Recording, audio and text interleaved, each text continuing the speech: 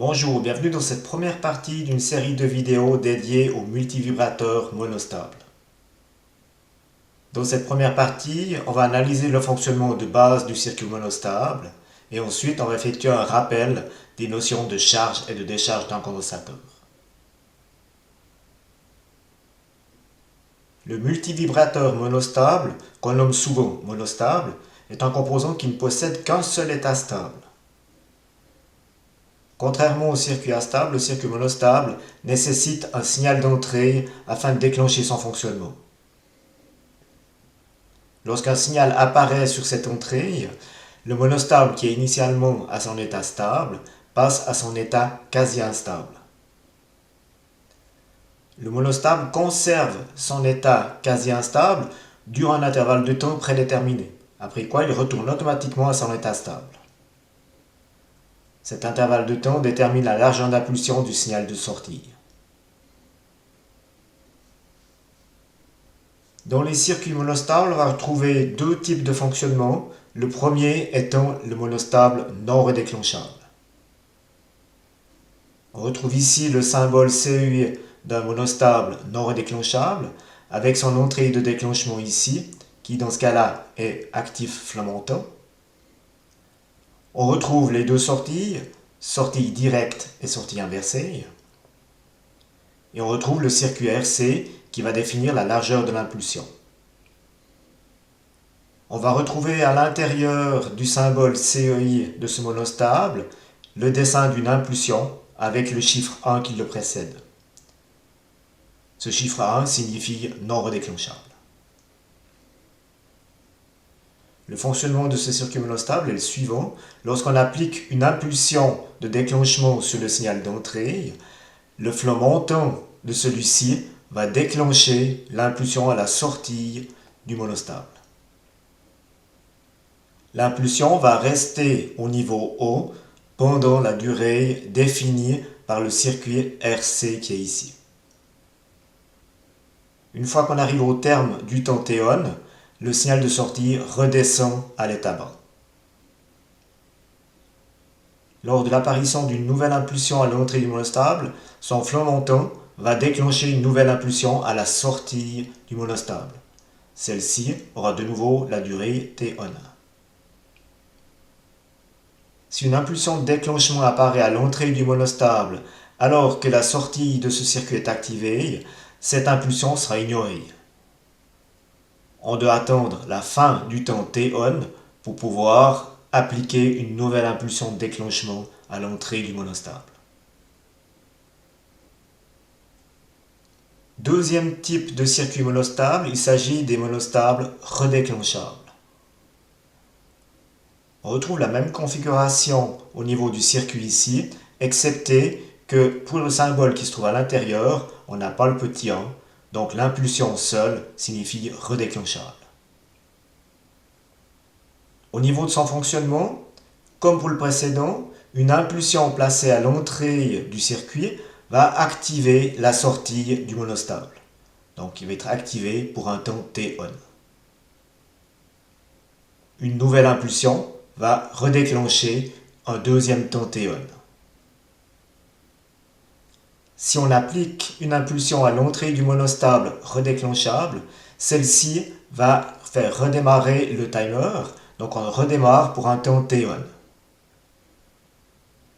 Le signal de sortie va redescendre à 0 après un temps T-on suivant le dernier flot montant sur son entrée. Contrairement au circuit non redéclenchable, celui-ci va tenir compte de toutes les impulsions qui se trouvent à son entrée. On peut utiliser ce principe par exemple pour contrôler qu'un circuit microcontrôleur fonctionne correctement. Il suffit pour ceci d'utiliser une sortie du microcontrôleur sur laquelle on trouve des impulsions répétitives. On fixe alors le temps T-on plus grand que le temps maximum entre deux impulsions à la sortie du microcontrôleur. Et ainsi, tant qu'il y a des impulsions à la sortie du microcontrôleur, la sortie du monostable reste à l'état haut. Si le microcontrôleur a un problème et qu'il se bloque, le signal de sortie qui est contrôlé ne présentera plus d'impulsion. Et ainsi, le monostable va chuter à l'état 0. Il suffit d'utiliser ce signal pour faire un reset du microcontrôleur et le faire redémarrer. Ce type de fonction s'appelle un watchdog. La durée de l'impulsion T-on dépend du circuit RC qui se trouve ici. Avant d'analyser le fonctionnement de différents montages monostables, on va effectuer un rappel des notions de charge et de décharge d'un condensateur. On va débuter par l'analyse d'un cas d'une charge et d'une décharge complète de notre condensateur. L'énergie électrique qui vient de la tension d'entrée va charger notre condensateur à travers la résistance R qui est ici. Le temps de charge dépend de la constante de temps et celle-ci se calcule de la manière suivante. Tau est égal à R fois C. L'unité de tau est la seconde. Notre condensateur est complètement déchargé au départ et ensuite celui-ci va se charger à 100% en suivant une forme exponentielle et la pleine charge va prendre 5 constantes de temps. Après 5 constantes de temps, on considère qu'on est à 100%. Le calcul de la tension instantanée sur le condensateur s'effectue de la manière suivante. UC est égal à U entrée, notre tension qui se trouve ici, fois 1 moins l'exponentielle de moins temps de charge, le temps qui est ici, divisé par la constante de temps qu'on a calculée là. Pour la décharge, on retrouve le même type de signal de forme exponentielle et après 5 tau, on considère qu'on est à 0%. Le calcul de la tension instantanée sur le condensateur s'effectue de la manière suivante. UC est égal à UC max, le point de départ ici de notre décharge, fois l'exponentielle de moins temps de décharge sur notre constante de temps. On va maintenant analyser le cas d'une charge incomplète et c'est le cas de figure qu'on va retrouver dans les différents montages monostables qu'on va étudier par la suite. Lors du cycle de charge, la tension sur le condensateur ne va pas monter jusqu'au 100%. On ne va pas arriver ici au niveau U entrée. On va se stopper à une valeur inférieure au 100%. Malgré que la charge ait été incomplète, le temps de décharge va tout de même être de 5 tau. Donc on va arriver à 0% après ces 5 tau. Les formules de base présentées lors de l'analyse d'une charge complète restent applicables dans le cas d'une charge incomplète. Dans le cas d'un circuit monostable, la durée de l'impulsion de sortie dépend de la charge du condensateur. Donc dans notre formule, le temps de charge qui est ici correspond au temps T-on. On va donc maintenant transformer cette formule afin d'extraire le temps de charge. On va maintenant transformer cette formule pour extraire le temps de charge. L'objectif étant, au terme de cette transformation, d'obtenir une formule sous la forme temps de charge est égal à. Première étape, on va diviser des deux côtés du signe égal par U entrée. Et on obtient dans ce cas-là, UC max sur entrée est égal à 1 moins l'exponentielle de moins de temps de charge sur tau. Afin de passer à l'étape suivante, on va effectuer deux opérations. On va faire moins 1 des deux côtés du signe égal. Et on va faire fois moins 1 des deux côtés du signe égal.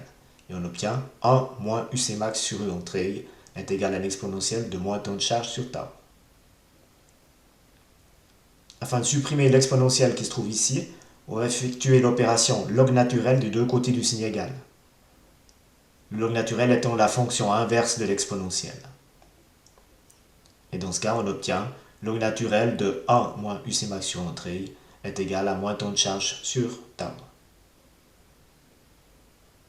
Il nous reste maintenant à multiplier des deux côtés du signe égal par moins tau et on obtient ceci. On peut maintenant dans cette parenthèse mettre au même dénominateur commun le 1 et le UC max. Et dans ce cas-là, on obtient U entrée moins UC max sur U entrée. Dans les propriétés du log naturel, si on inverse ici notre fraction, le résultat du log naturel sera de signe opposé. Donc dans ce cas-là, on va pouvoir enlever le moins qui est ici. Et on obtient la formule suivante. On a le moins qui a disparu là, et on a notre fraction qui a été inversée ici. Dernière étape, on peut changer le tau par R fois C, et on obtient notre formule finale qui est ici. Cette formule du temps de charge va nous permettre par la suite de déterminer la durée de l'impulsion à la sortie d'un circuit monostable. Lors de l'étude des circuits instables, on a analysé la charge d'un condensateur qui ne partait pas depuis 0% et qui ne montait pas à 100%. De même pour la décharge, elle ne partait pas de 100%, elle ne descendait pas jusqu'à 0%.